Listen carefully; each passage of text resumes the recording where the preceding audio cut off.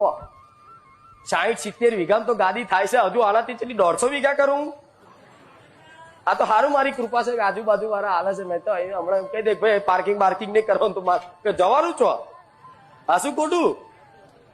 એટલે મેં થોડો વિલંબ રાખ્યો કે શાંતિ રાખો. હું છું જતી નહીં રહી, હું બેઠી જ છું. પણ હું આવી માતા તમે જોઈ નહીં હોય જગત.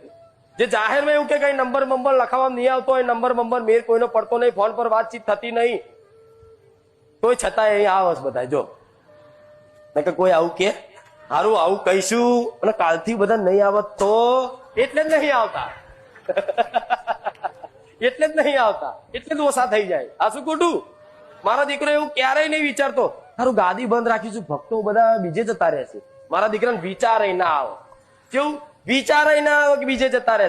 એ તો એમ કે મારા થોડા ભક્તો છે, તારા છે, તારા જોવાનું, મારા શું લેવા દેવા.